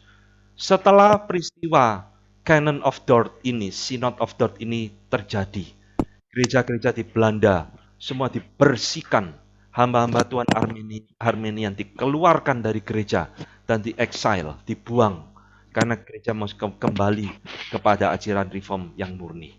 Jadi ini jawaban saya, saudara. Meskipun ini bukan ajaran bidat, tetapi ini ajaran yang membahayakan, yang merusak iman, yang tidak sesuai firman Tuhan. Saudara-saudara, di dalam pemikiran seorang yang bernama Richard Muller, dia mengatakan satu kalimat di dalam bukunya, The Christological Problem in the Thoughts of Jacobus Arminius. Saudara, siapa Richard Muller? Richard Muller adalah profesor historical teologi. Saya banyak membaca bukunya dan saya banyak ditolong dibentuk pemikiran saya tentang teologi reform, tentang sejarah gereja reformasi dari Richard Muller. Dia seorang yang sangat kompeten, profesor historical dunia yang diakui oleh dunia. Di dalam bukunya ini, dia mengatakan satu kalimat. Di dalam pandangan Jacob Arminius tentang Kristus, di situ ada satu kesalahan yang fatal, yaitu bagi Arminius, Kristus itu bukan autotheos, bukan Allah pada dirinya sendiri. Jadi saudara sekalian, Muller di dalam bukunya mengatakan, penolakan ini merupakan penyimpangan dari ajaran ortodoks reform tentang Tritunggal. Dan kecenderungan di dalam pemikiran Arminius itu menjurus kepada satu ajaran yang disebut dengan subordinationis. Saudara, di dalam konsep Tritunggal itu banyak ajaran-ajaran bidat. Salah satunya adalah subordinationis, yaitu ada tingkatan-tingkatan di dalam Allah Tritunggal. Ini persis ajaran dari Bapak Gereja Origen yang mengajarkan seperti itu. Yesus lebih rendah dari Bapa. Jadi ada ordo, paling tinggi Allah Bapa, lalu tingkat kedua Allah Anak, tingkat ketiga Roh Kudus. Saudara, ini mirip dengan ajaran Arianisme yang merupakan nenek moyang dari Saksi Yehova. Di dalam Saksi Yehova juga sama, Kristus itu lebih rendah dari Bapa, karena Kristus itu bukan Allah, tapi adalah Allah yang diciptakan oleh Allah yang tertinggi. Saya mengaminkan apa yang dikatakan Richard Muller. Saya percaya Richard Muller kalau sudah tulis buku, dia tidak main-main, saudara. Dia profesor dunia yang diakui di dalam pemikirannya tentang sejarah reformasi dan pemikiran-pemikiran reformasi. Ketika saya membaca tulisan ini, saya juga kaget. Saya pikir Arminius salah fatal hanya di dalam masalah keselamatan.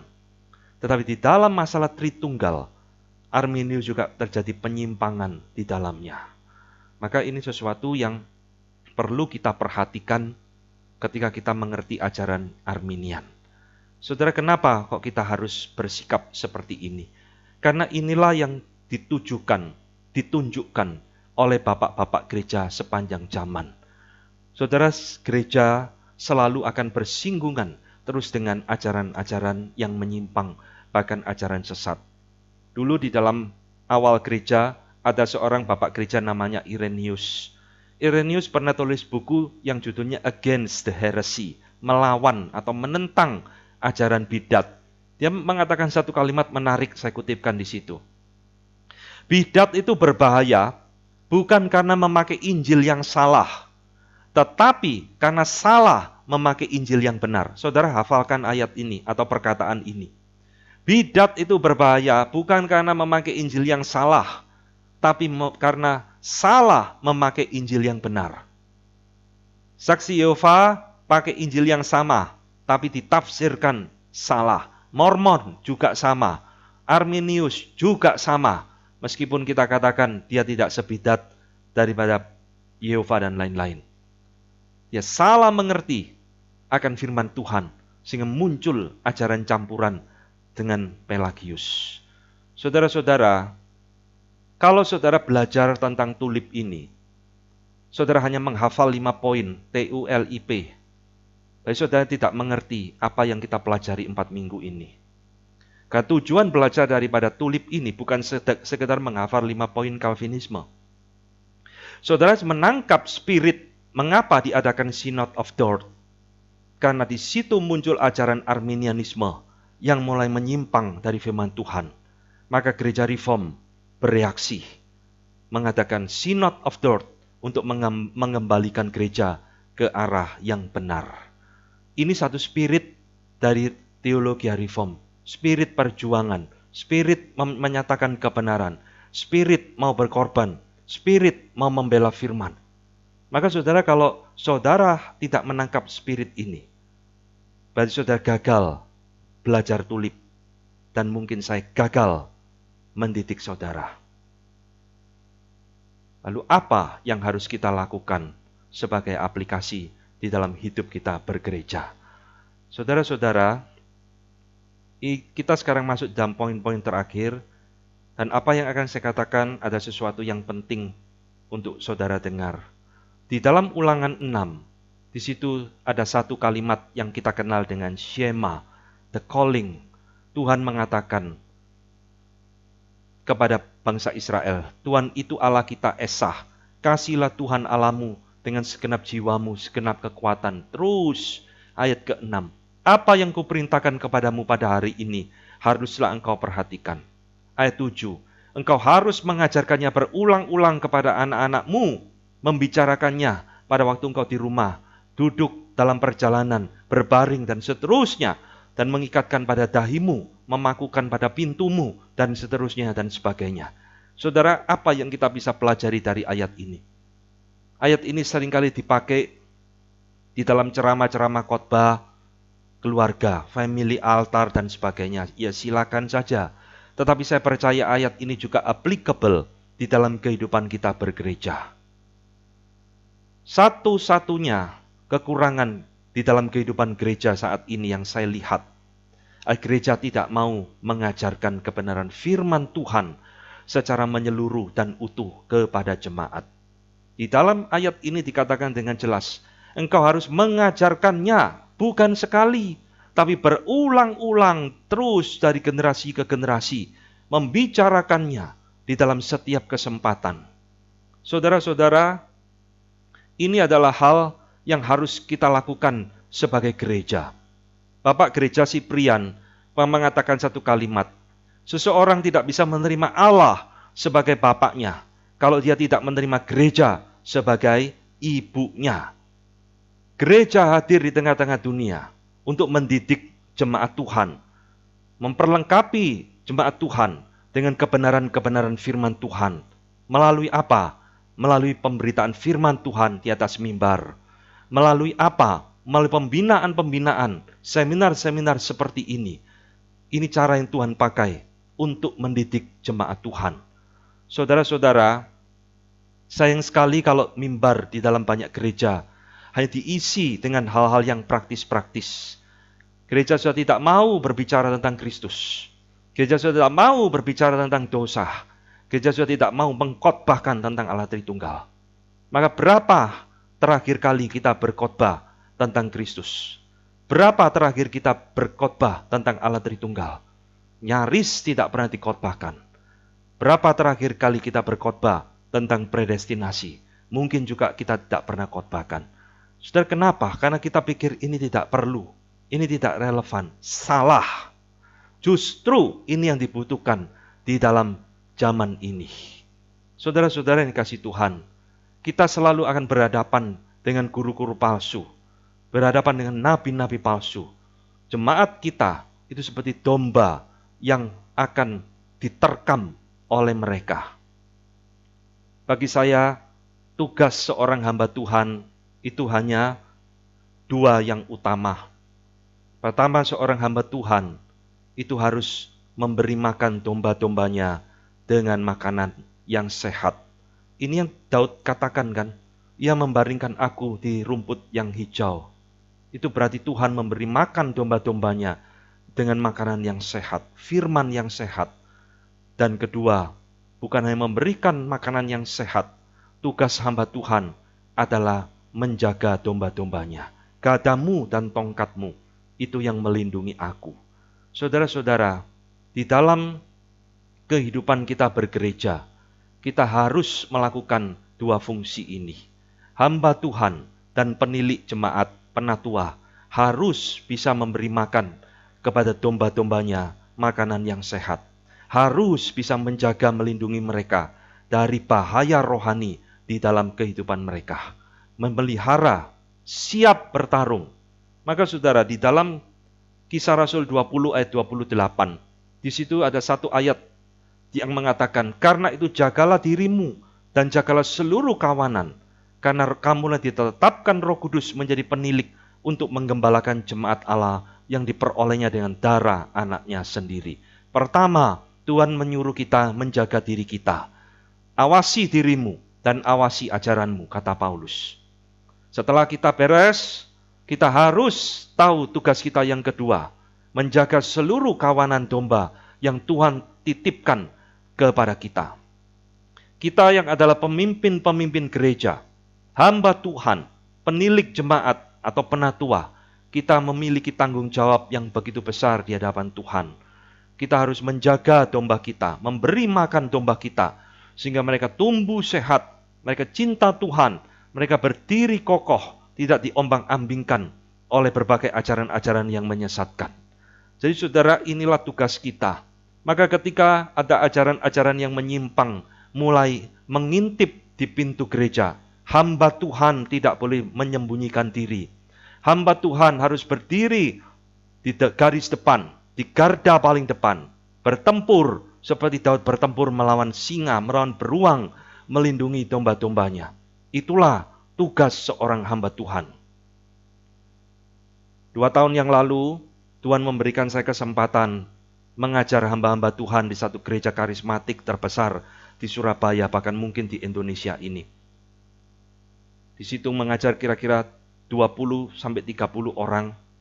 Satu gereja yang tak usah saya sebut namanya, yang barusan pemiliknya mati dan sekarang diwariskan ke anaknya. Hari pertama, jam pertama, saya tahu gereja ini adalah gereja yang mengajarkan teologi kemakmuran.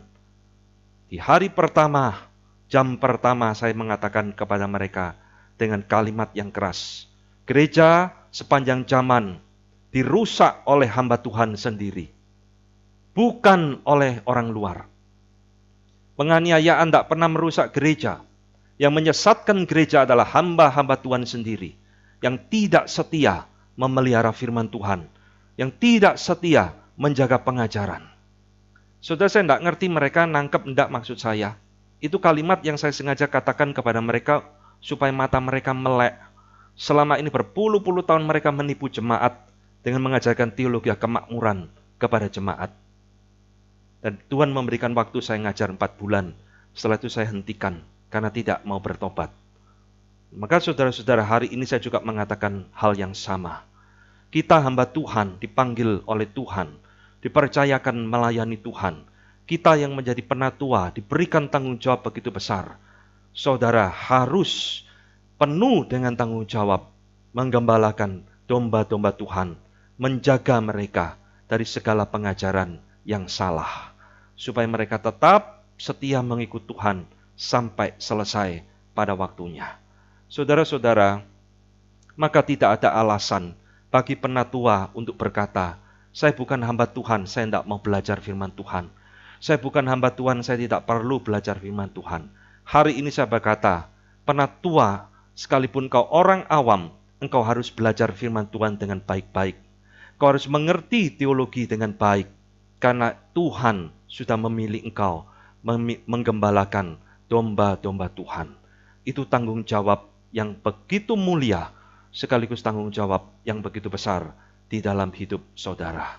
Maka saya selalu mengatakan saudara, di dalam closing statement pada hari ini, bahwa setiap orang, setiap generasi di dalam gereja manapun, bukan hanya perlu mengenal Allah, tapi juga perlu memiliki teologi yang benar di dalam hidup mereka.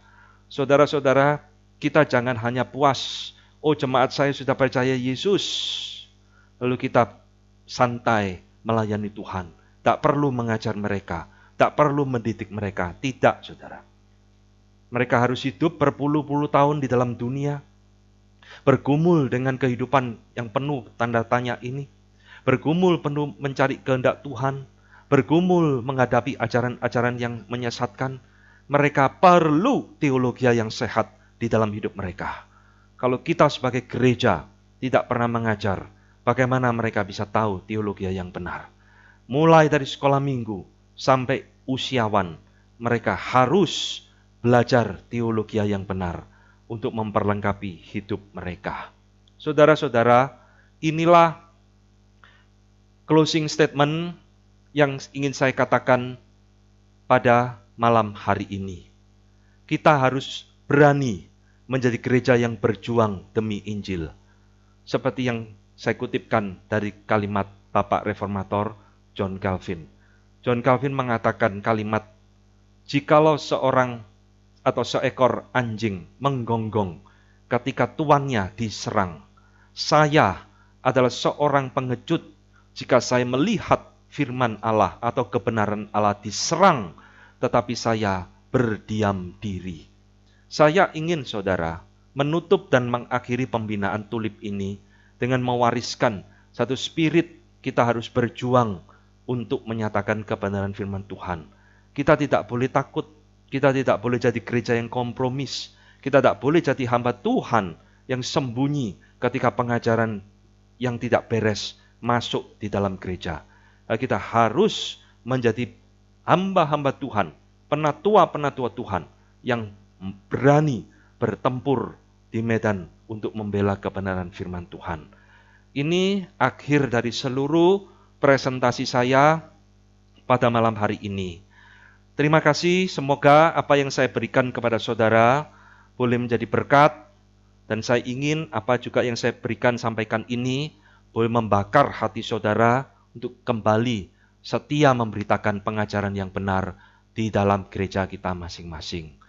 Oke, waktu sekarang saya kembalikan ke Pak Sun Hadi. Ya, terima kasih kepada penginjil Calvin yang telah menyampaikan materi yang cukup menarik dan sekalipun cukup panjang. Kita bersyukur. Saya yakin kita semua boleh mendapatkan berkat dari apa yang disampaikan.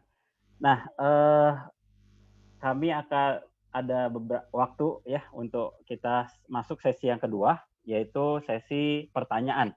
Ya, Pak Calvin, ini ada beberapa pertanyaan. Mungkin nanti saya akan bacakan, langsung dijawab saja ya Pak ya. Yang pertama ini dari orang yang sama, ada 2 pertanyaan. Pertanyaan pertama itu, apakah orang pilihan Allah itu akan berteologi reform? Tapi pertanyaan selanjutnya, apakah orang pilihan juga bisa berteologi Arminian? Itu pertanyaan pertama, Pak. Pertanyaan yang kedua, itu apakah para petinggi-petinggi Calvin tidak berdiskusi dengan petinggi-petinggi Arminian? Nah, kalau sudah pernah, bagaimana hasilnya? Apakah pernah ada kata sepakat? Kenapa tidak segera diperbaiki sebelum ajaran terus tersebar agar tidak membingungkan orang-orang yang percaya? Itu Pak, 2 pertanyaan itu, Pak. Ya, terima kasih. Apakah semua orang pilihan Tuhan pasti berteologi reform? Tidak, saudara. Keselamatan itu bukan ditentukan oleh teologi reform. Kalau menganut teologi reform pasti masuk surga. Tidak, saudara. Keselamatan itu hanya iman kepada Kristus sebagai Tuhan dan Juru Selamat dengan pengertian yang benar di dalam anugerahnya. Jadi saudara sekalian, kalau teologi reform itu tidak menyelamatkan, lalu untuk apa kita berteologi yang benar? Ya. Nah, ini yang tadi saya katakan, saudara. Teologi itu akan mempengaruhi hidupmu. Teologimu akan mempengaruhi pikiranmu. Teologimu akan mempengaruhi keputusanmu. Teologimu akan mempengaruhi pernikahanmu, mempengaruhi pekerjaanmu, dan pelayananmu, dan sebagainya, dan sebagainya. Jadi saudara, meskipun teologi itu bukan teologi yang menyelamatkan, tetapi mengerti Allah melalui teologi yang benar, itu penting sekali. Sama seperti kalau kita makan makanan yang tidak sehat-sehat, apakah kita langsung mati? Ya enggak. Lalu kita menimbun racun di dalam tubuh kita, saudara. Tubuh kita lama-lama tidak sehat, dan sebagainya, mulai timbul berbagai macam penyakit, lalu kita hidupnya akhirnya sengsara sendiri. Nah, saudara, itulah sebabnya ya. Meskipun saya yakin orang pilihan Tuhan itu tidak melulu ada di gereja reform atau gereja yang beraliran reform. Bukan berarti berteologi dengan benar itu tidak perlu. Itu jawaban saya. Roh Kudus sendiri berkata, kalau engkau mengerti kebenaran, Roh Kudus itu akan menuntun, mengingatkan kamu kepada semua kebenaran yang pernah aku ajarkan kepadamu. Ya, jadi bagi saya jawabannya seperti itu. Lalu apakah tidak pernah diperdamaikan? Ya, Synod of Dort ini yang menghasilkan 5 poin ini, inilah hasil perundingan antara gereja reform dengan orang-orang Arminian. Hasilnya seperti itu. Jadi memang ini sesuatu sistem yang tidak mungkin bisa diperdamaikan, Pak. Ini adalah seperti air dan minyak. Saudara mau udek air dan minyak, nggak mungkin bisa nyampur. Pasti nanti minyaknya naik ke atas lagi. Ajaran Reform dan Arminian, tadi saya katakan di dalam bagan yang sudah saya berikan, tidak mungkin bisa diperdamaikan dan dipersatukan. Karena Reform itu mengambil jalur dari Agustinus, sedangkan Arminian itu mengkawinkan Agustinus dengan Pelagius. Jadi ini sesuatu yang tidak mungkin bisa diperdamaikan. Ya, itu jawabannya. Ya, semoga ini boleh menjawab pertanyaan dari rekan kita yang menyampaikan bagian ini ya. Jadi memang sempat ada perlindungan yang menghasilkan ini ya Pak ya, 5 pokok Calvin ini. Oke. Nah, pertanyaan selanjutnya Pak, ini dari yang lain, ada 2 juga ini pertanyaan Pak dari orang yang sama. Dia bertanya seperti ini, pemakaian kata semua di dalam Roma 5 ayat 18 dalam bahasa aslinya adalah sama. Kenapa akhirnya jadi satu global dan satu lagi parsial? Kenapa nggak dua-duanya global atau dua-duanya parsial, atau malah sebaliknya parsial dosa dari global selamat dan global selamat? Apa dasarnya sehingga Reform tidak melihat bahwa karya Kristus tidak untuk semua orang? Nah, kemudian pertanyaan yang kedua, apa ciri-ciri orang yang lahir baru menurut Reform, Pak? Ya, saudara, kata semua dalam Roma 5 ya, pan, ya artinya semua, itu mengapa ditafsirkan ketika dikatakan oleh dosa satu orang, semua orang berdosa, Adam ya, berarti semua orang berdosa. Lalu ketika oleh Adam kedua, semua orang dibenarkan, kok semuanya sekarang limited, hanya orang pilihan. Ini tafsiran yang tidak fair. Saudara, tentunya ketika kita mentafsirkan sebuah ayat atau sebuah pasal, kita tidak mentafsirkan dan memahami ayat itu berdiri sendiri, tetapi kita memahami di dalam seluruh konteks keseluruhan Alkitab. Analogia fide istilahnya, membandingkan, mencermati ayat satu kitab dengan kitab yang lain. Kenapa dikatakan seperti itu? Karena ayat-ayat di dalam Alkitab itu memang mendukung bahwa dosanya Adam itu bukan hanya menular kepada sebagian orang, tetapi kepada semua orang. Ditunjukkan di dalam pertemuan pertama, dampak dosa itu begitu dahsyat kepada semua orang. Ya, jadi ini adalah cara mentafsir Alkitab. Tidak boleh hanya berpatokan atau berkutat kepada satu ayat itu. Kalau kita merasa sulit, kita harus melihat di dalam bagian ayat yang lain. Roma 3 ayat 23, Paulus mengatakan semua orang telah berdosa dan telah kehilangan kemuliaan Allah. Nah, kalau kata semua di dalam Roma 3 ayat 23 ditafsirkan itu cuma orang pilihan atau orang-orang tertentu nanti seluruh konsep Alkitab jadi kacau, saudara. Berarti ada orang yang tidak berdosa dong. Ada orang yang masih baik. Lah, jadi aneh pemikiran Alkitab ya. Nah, itu kira-kira jawaban singkatnya seperti itu. Lalu pertanyaan kedua tadi apa? Ciri-ciri orang yang dilahirkan baru menurut ya, saudara, ya memang di dalam teologi Reform tidak khusus membahas ciri-ciri orang yang sudah lahir baru dan sebagainya. Tetapi paling tidak di dalam beberapa pemikiran, khususnya dalam pemikiran Jonathan Edwards ya, religious affection, dia mengatakan beberapa hal yang bisa kita cermati. Jadi orang yang sudah lahir baru, afeksinya ya, hatinya, itu perasaannya itu harus sudah berubah kepada Tuhan, kepada sesama, seluruh pemikirannya tentang Allah, tentang hidup, itu juga sudah harus berubah. Relasinya dengan dosa itu juga harus sudah berubah. Di dalam hidup orang yang sudah born again harus memunculkan yang disebut dengan buah Roh Kudus di dalam hidupnya. Ada satu transformasi nyata hidup yang lama dengan hidup yang baru. Ada satu kerinduan untuk mau mengenal Allah melalui firman-Nya, membaca, belajar firman baik-baik. Nah, itu semua adalah tanda-tanda yang bisa kita lihat ya, kita jadikan semacam guidance untuk melihat apakah orang ini sudah born again atau tidak. Kira-kira seperti itu. Oke, ya mungkin ini menjawab untuk bagi yang bertanya ya berkaitan dengan hal ini. Mungkin saya berikan dua lagi pertanyaannya Pak ya. Boleh 3 ya, enggak apa-apa. Ya, ini Pak, mengenai dosa yang mendatangkan maut. Kalau begitu mengenai dosa yang mendatangkan maut, kalau begitu bunuh diri bukan merupakan dosa yang tidak terampuni. Penginjil Calvin. Jadi apakah orang percaya yang bunuh diri pasti tidak masuk surga? Karena sebagian hamba Tuhan dan orang-orang yang belajar teologi mengajarkan demikian, Pak. Mengajarkan demikian tuh gimana? Orang bunuh diri nggak masuk surga gitu ya? Ya. Ya, saudara sekalian, masuk surga dan masuk surga itu tidak ditentukan oleh bunuh diri atau tidak bunuh diri. Masuk surga atau tidak itu ditentukan oleh percaya kepada Yesus dengan benar, dengan iman yang sejati atau tidak. Jadi memang di dalam kasus bunuh diri ini menjadi perdebatan ya. Ada orang-orang yang mengatakan orang yang bunuh diri pasti masuk neraka. Tetapi saya percaya bunuh diri adalah satu dosa yang diampuni atau yang terampuni. Dengan kata lain seperti tadi yang dikatakan dalam Roma 8, tidak ada yang bisa memisahkan kita dari kasih Allah.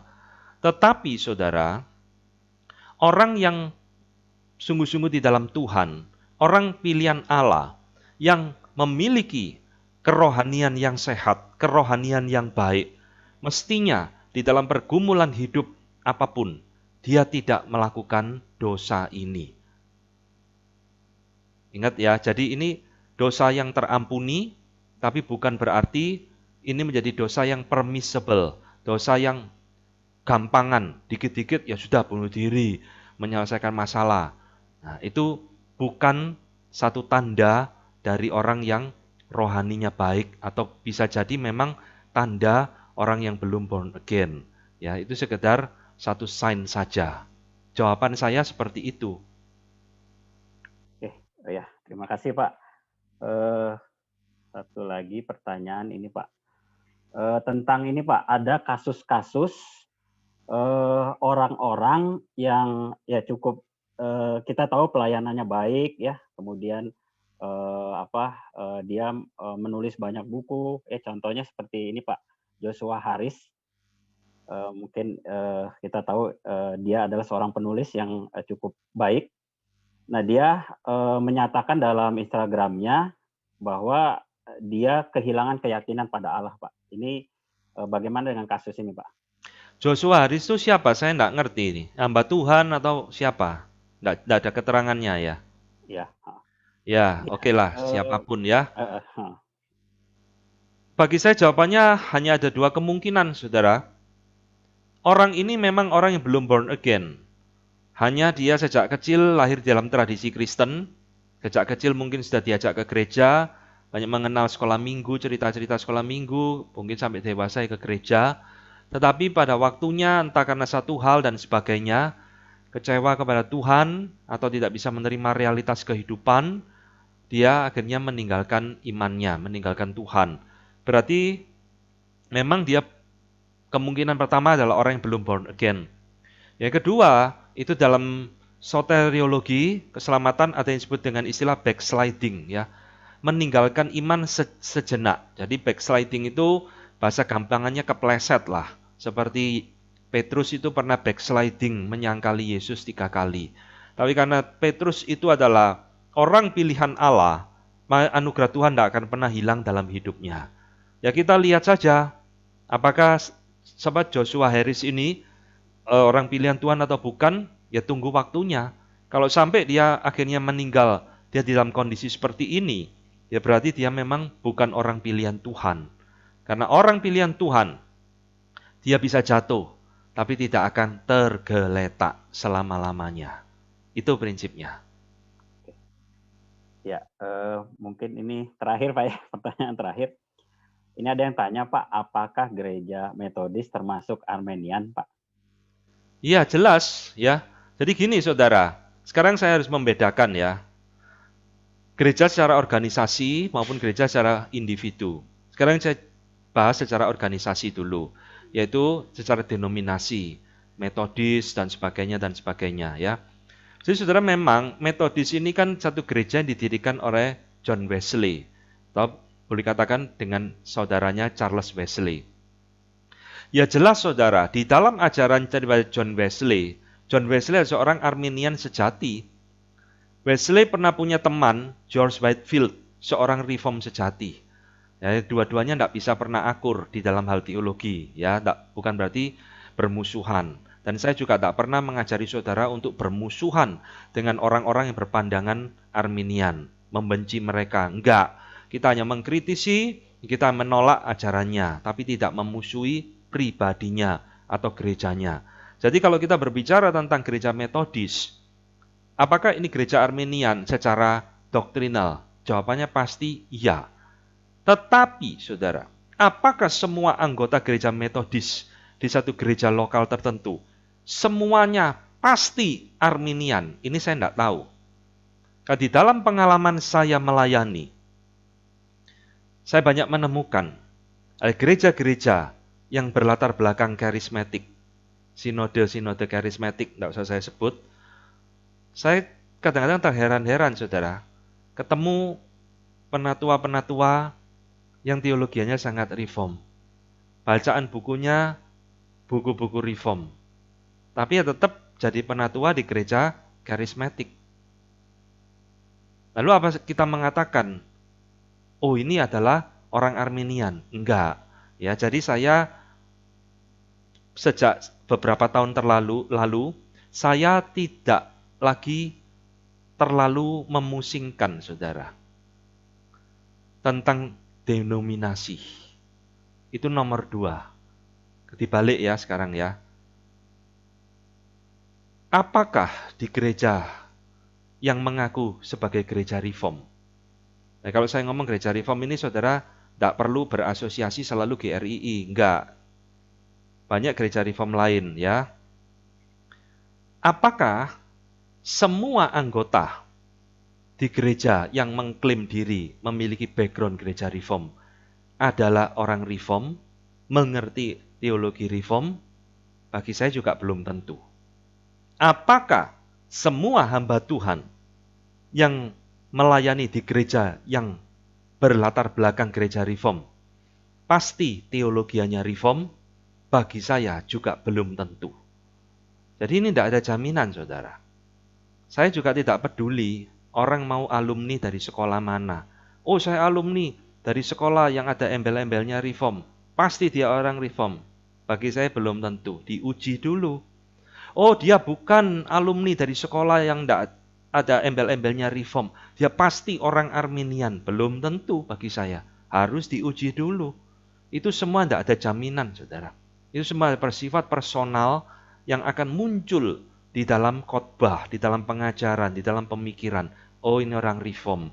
Meskipun dia bukan dari STT yang ada labelnya reform. Oh, ini orang Arminian. Meskipun dia alumni dari sekolah yang ada labelnya reform. Bisa terjadi. Ya, jadi itu jawaban saya, Pak Hadi. Oke, terima kasih Pak untuk pertanyaan-pertanyaan yang sudah dijawab. Harap ini boleh menolong kita semua untuk lebih mengerti lagi ya tentang teologi reform khususnya.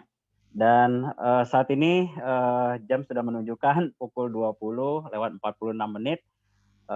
Kami berterima kasih untuk apa yang sudah disampaikan oleh penginjil Calvin. Untuk itu kami saya selanjutnya menyerahkan kepada Pendeta Richard Lim untuk menyampaikan sepatah dua patah kata kepada penginjil Calvin, kemudian juga sekaligus menutup pembinaan kita pada malam hari ini.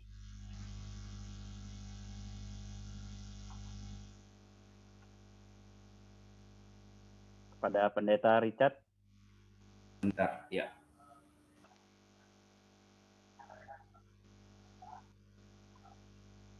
Oke, sekali lagi mewakili Majelis GKI Kaintong, kami menyampaikan banyak terima kasih kepada penginjil Calvin yang sudah 4 kali berturut-turut atau 4 minggu berturut-turut menyampaikan pembinaan ini. Kami berharap Tuhan terus memakai dan memberkati pelayanan penginjil Calvin dimanapun Tuhan memberikan kesempatan untuk melayani Tuhan. Ya, sama-sama Pak Richard. Ya. Kemudian ada satu pengumuman yang tetap saya akan sampaikan berkaitan dengan pembinaan Jumat depan. Nah, saudara, Jumat depan tema yang akan kita bahas adalah perjamuan kudus online. Bolehkah? Nah, ini juga menjadi satu pemahaman-pemahaman yang berbeda. Ada gereja yang melakukan perjamuan kudus secara online, tetapi ada juga yang tidak melakukannya secara online.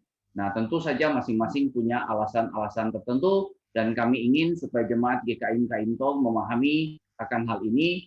Kami berharap jemaat GKI Kaintong secara khusus meluangkan waktu di minggu depan untuk mengikuti pembinaan ini tentang perjamuan kudus online. Bolehkah? Akan dibawakan oleh Pendeta Johannes Trispan. Nah, saudara, kita akan mengakhiri pertemuan kita malam hari ini. Saya mengundang Pendeta Johannes Trispan yang nanti minggu depan akan jadi pembicara untuk menutup kita di dalam doa. Silakan Pendeta Johannes Trispan.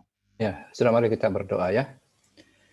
Bapa di surga, kami berterima kasih untuk hamba-Mu penginjil Calvin yang sudah memberikan pengajaran pada malam hari ini dan juga selama 4 minggu berturut-turut.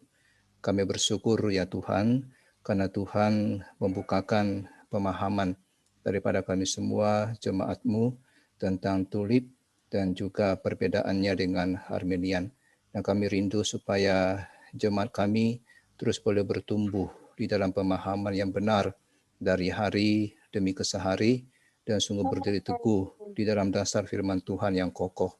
Kami bersyukur untuk hamba-Mu dan bila Tuhan pakai Bapak Penginjil Calvin Renata di dalam memberikan pengajaran-pengajaran dan juga pemberitaan firman Tuhan untuk boleh menjadi berkat bagi banyak gereja, bagi banyak orang Kristen. Kami serahkan keluarganya, juga Tuhan berkenan memberkati. Terpuji nama Tuhan, di dalam nama Tuhan Yesus kami bersama-sama berdoa. Amin. Terima kasih Pendeta